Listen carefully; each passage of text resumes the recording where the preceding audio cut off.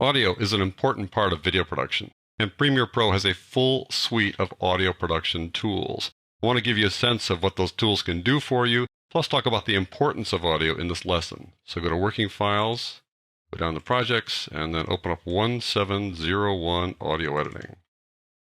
Before we dive into the audio production tools here in Premiere Pro, just consider the importance of audio. For example, of course, an interview. So the serve really starts with the top. I mean, clearly, you need the sound for that. You also need natural sound. Now, your viewers don't expect to hear natural sound. They're not going to be listening for natural sound, but if it isn't there, then that would cause them to have a double take. So you want to give them the natural sound. You want that natural sound to be present.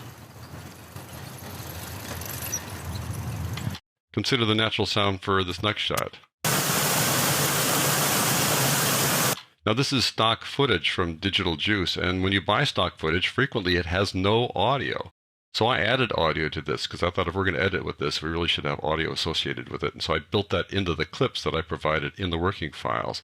This next shot is the same thing. It was silent when we got it from Digital Juice, and I added some sound to it. You know, nothing overdone, just add a little bit of wind noise and some birds off in the distance. Now we have some time-lapse shots from Digital Juice as well. I just thought, well, I'll leave the sound out of the time-lapse shots, but we can add audio. So I've got sound effects here. I've got wind and thunder, and I'm combining the two things here in these two tracks below the time-lapse shot.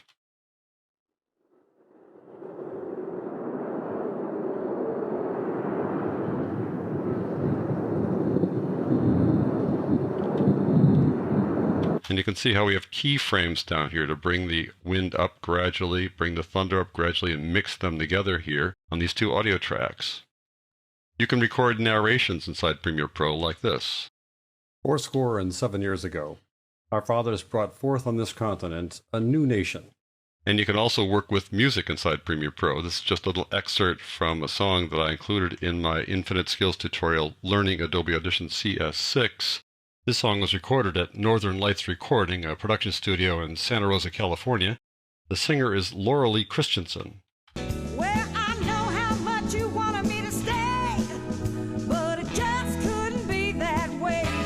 So that's a stereo mix that I made from the multi-channel tracks that I got from that studio recording, but also made a 5.1 mix. So you can work with not only stereo and mono like this narration, but you can work with 5.1 inside Premiere Pro. Let me go down here a little bit.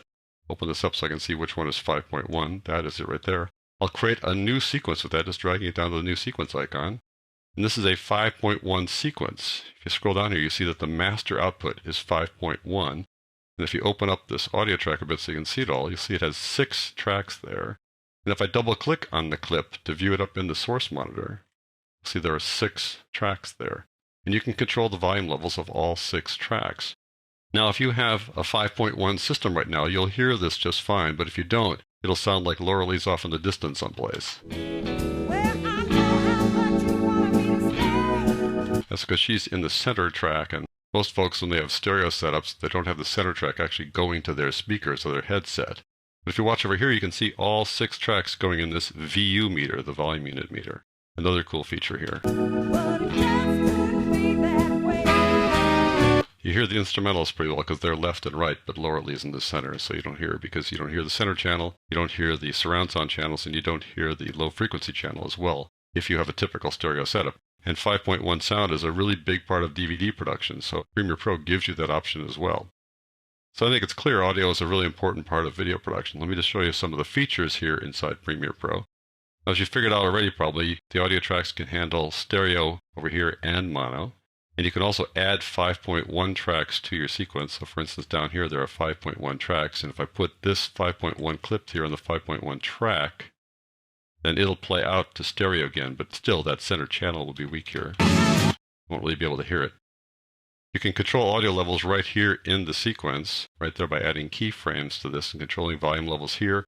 You can also control panning here and individual channel volume here. You can work with the audio mixer that controls track volume as opposed to clip volume. You can keyframe those volume changes, plus apply effects to entire tracks. You can also apply effects to clips. Let's look at the effects they have here under Audio Effects. So there are a whole bunch of audio effects that can affect the way your audio sounds. Let's say we can add some reverb to give it some presence. So I've got this Gettysburg Address here. Go to Effect Controls. I've already got reverb on there. Let's listen to what that sounds like.